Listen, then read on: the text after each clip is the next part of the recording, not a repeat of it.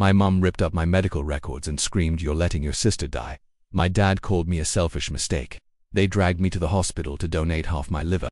Then the doctor spoke 6 words, and Mom collapsed in her chair. "You're just a selfish mistake." Those were the only words my father spoke to me that day. No yelling, no anger, just cold, steady truth from a man who raised me for 26 years. I'm Sydney, and until that moment, I thought the worst thing my family could do was ignore me. I was wrong. Hours earlier, my mother had ripped my medical records to shreds in the middle of a hospital lobby, screaming, "You're letting your sister die." Strangers stared. Nurses froze. I stood there, silent, papers scattering, like broken pieces of a life I never got to choose. They said this was about love, about the sacrifice, but it wasn't. It was about control, and the one thing they never wanted me to know, that my entire life had been built on a lie. I wasn't a daughter. I was an insurance policy. What they didn't realize, the day they tried to break me in front of everyone, was the day I stopped playing their game. They thought guilt would own me forever, but they forgot one thing. I don't surrender. Not to strangers, not to blood, and definitely not to people who only kept me alive so I could save someone else. Have you ever found out your whole life was a transaction?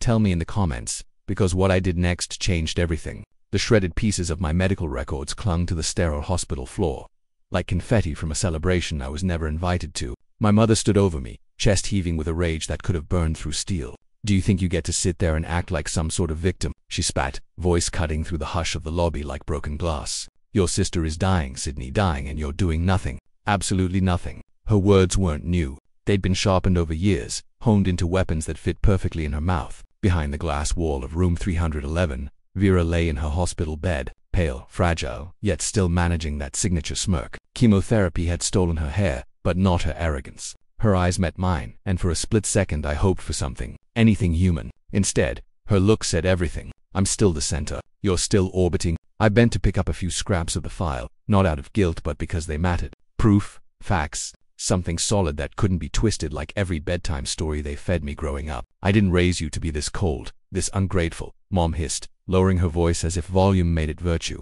"We gave you everything." I looked up, meeting her eyes dead on. "You gave me what you thought I owed you for." She blinked. For the first time, silence stretched between us. Not peace, not understanding, just an empty space where her fury had nowhere to land. Then came the scream, "You're letting your sister die." It ricocheted off the polished walls, loud enough to draw stares. A nurse froze near the vending machine. A security guard turned his head. The shame was a living thing, slithering across my skin. I didn't flinch, didn't cry, didn't move, because I knew this wasn't grief. It was theater, and I wasn't going to hand her an encore. Through the glass, Vera tilted her head, a tiny twitch of her lips curving upward. Ownership, that's all it ever was for her. She didn't need to say a word. The script had been written years ago. Vera wins, Sydney yields. But not today. I walked away from that lobby with the weight of 1,000 eyes on my back. Not one of them stepped in. Not one voice broke the silence. That was the thing about scenes like this. They don't just humiliate you, they isolate you. And isolation, that was the language my family spoke fluently. By the time I reached the far end of the corridor, the clock above the elevator read 10:42 a.m. I remember it because I remember thinking, this is when everything breaks. Not when they scream, but when I don't. I didn't yell. I didn't collapse. I just walked, because I finally understood something terrifying and liberating all at once. They weren't trying to save Vera. They were trying to prove they could still control me. I found a quiet corner near the consultation lounge, my pulse pounding like enemy fire. I pulled out my phone and scrolled to the email I'd kept buried for months. National Donor Match results confidential. The date stamped 6 months ago, the day I took the test before anyone even asked me to, back when I still believed silence might equal peace. The message was blunt, clinical, no biological compatibility detected. I wasn't a match, not partial, not marginal, not even close. They knew, or at least they could have known if they'd cared to ask me. But why ask when assumption makes a better leash? I hit forward, added one recipient.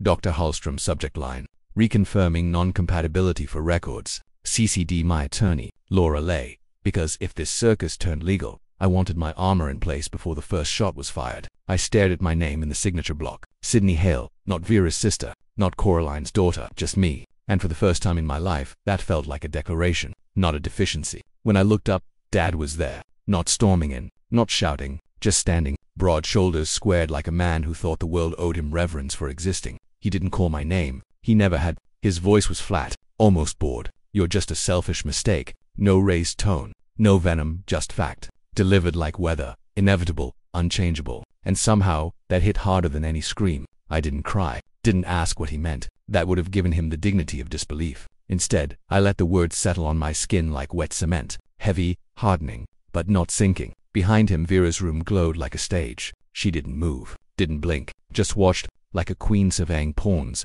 I stepped sideways, careful not to brush his arm. Once, that might have felt like defiance. Now it just felt like oxygen, necessary for survival. By the time I reached the parking garage, my chest was tight, but my mind, razor sharp. I had 5 minutes before the rideshare arrived, just enough time to open my notes app and type 3 sentences that felt like scripture tested. October 19th, results received. October 24th, not a match. Then, without thinking, I added, you cannot donate what you don't have. You cannot love where you're not allowed to exist. And you cannot stay where you were never really invited. I hit save. My fingers didn't shake. Not anymore. This wasn't about refusal. It was about proof. Proof that I wasn't the villain they needed me to be. And soon, the world would know it too. I thought the worst was over when I walked out of that hospital. I thought the truth I held in my phone was enough to stop the bleeding. I was wrong. 2 hours later, my phone buzzed with a message from Dr. Holstrom. Need to clarify an inconsistency in your file. Can you return today? The phrasing was polite. The subtext wasn't. My stomach tightened like a fist as I typed back, on my way. By the time I stepped into his office, the fluorescent lights felt harsher than before. He sat behind a wide oak desk, hands folded, a manila folder open in front of him like a wound. Miss Hale. He began, voiced low, professional, but edged with something heavier, hesitation. Before we continue, I need to confirm something. When was your last genetic screening? I blinked. October for the donor test. You have the results. He nodded slowly, tapping the screen of his monitor with his pen. That's the problem. Our system shows 2 sets of data, yours and Vera's, and they don't align. A cold wave slid down my spine. What do you mean don't align? He didn't answer right away. He just turned the monitor toward me. 2 charts, side by side, color-coded markers where there should have been overlap. Except there wasn't, not even close. You are not biologically related, he said finally. 6 words. 6 words that cracked 30 years of reality in half. I stared at the screen, then at him, waiting for a laugh. A qualifier. Something. Nothing came. Just silence humming like a live wire between us. My voice caught. I swallowed hard. I'm adopted. He exhaled slowly as if bracing for my next question. That's what the data suggests. We ran it twice, to be certain. My first thought wasn't relief. It wasn't even anger. It was something darker. A realization curling like smoke in my gut. They knew. They always knew. Every cold glance. Every offhand. We didn't have to take you in. Every time love felt like a receipt instead of a gift. It all calcified into one brutal truth. I wasn't their daughter. I was their insurance policy. For a long beat, I couldn't move, couldn't breathe. The room pressed in like a vice. I'll need documentation, I said finally, my voice alien even to me. All of it, printed and notarized. You'll have it, Hellstrom replied quietly. And Sydney, you have every right to speak to our legal department. What happened here? What was withheld? Crosses ethical lines. I stood on legs that felt foreign. The manila folder clutched like a lifeline. My phone buzzed again, Mom's name flashing across the screen. I let it ring. Outside his office, the hospital felt louder than before. Nurses moving like tides, voices overlapping, laughter from somewhere distant. It all sounded wrong. Hollow, like the world didn't know it had just shifted on its axis. I reached the east corridor and stopped by a window overlooking the parking lot. Cars glinting in the sun. People living lives that hadn't just detonated. I pressed my forehead against the glass and whispered the only words that made sense. It was never about saving her. It was about control, about leverage, about keeping me on the hook for a debt I never owed.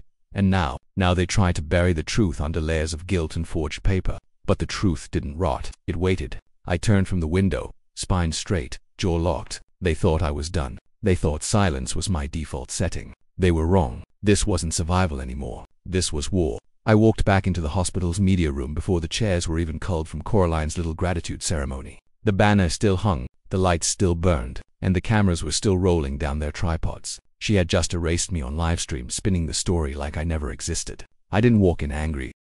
I walked in ready. Security hesitated when I reached the podium, but my badge was still clipped to my blouse. And I said it clear. I'm here to speak. It won't take long. No one stopped me. They didn't know what was coming. I placed the manila folder on the podium, opened it slow like a soldier laying down ammunition. My name, I began, my voice steady enough to cut glass, is Sydney Hale. You didn't hear that name today, but it matters. Heads turned. Phones lifted. This, I held up the first page, stamped and signed, is the official test result from the National Donor Registry, dated October. It says I am not a match to Vera Hale. This, I raised another, is a forged consent form, filed under my name without my knowledge. And this, I tapped the folder. is proof that my mother received those results 6 months ago and hid them from every doctor in this building. A ripple cut through the crowd like an aftershock. Flashbulbs exploded. I was adopted, I said plainly. They never told me. They brought me here under the assumption I could save someone who spent her life breaking me. And when that failed, they tried to use my body to cover their lie. Behind me I heard the gasps, the whispers, then the loud crack of Coraline's composure snapping. She stumbled forward, her voice sharp enough to slice through the static. Lies. She's unstable. This is vengeance. I turned calm as stone. No, this is documentation. I lifted the stamped page, its blue seal catching the light. Unlike the fake signature you submitted, this one holds up in court. More flashes. A voice from the press shouted, "Do you want revenge or justice?" I didn't even blink. Neither, I said. I want no more silence. I stepped down, folder in hand. Behind me, Coraline collapsed. The thud of her body hitting the floor was loud enough to hush the room. Merrick lunged toward her, shouting something drowned by the rising wave of voices. On the monitor, Vera's live feed went black. The cameras followed me as I walked out, my heels clicking like gunfire on tile. No one tried to stop me because they couldn't.